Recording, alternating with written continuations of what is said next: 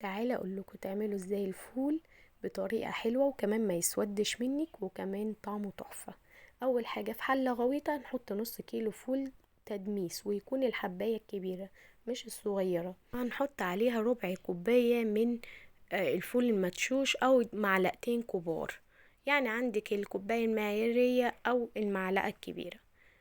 وكمان معلقتين كبيرة من العدس الأصفر، وده عشان يديله اللون والتقل بتاعه هو والفول المدشوش. لو حابة تحطي فول مدشوش ماشي، او حابة تحطي عدس بس ماشي برضو. وضفنا كمان حبة من الطماطم وكمان شوية كركم عشان اللون بتاعه. والسر بتاعي في ان الفول ما يسودش ملح الليمون وكمان الخل، وكمان ضفنا الكمون.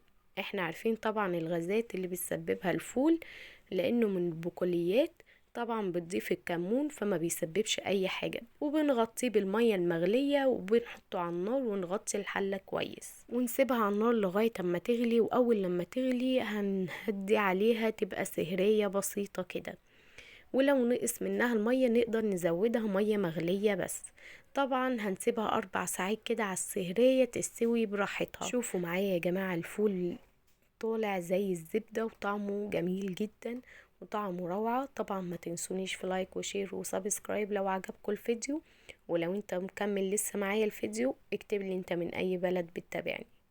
بجد طعمه روعة، وكان احلى طبق فول اكلته. وما تنسوش تصلوا على النبي عليه افضل الصلاة والسلام. كنتم مع رانيا علام.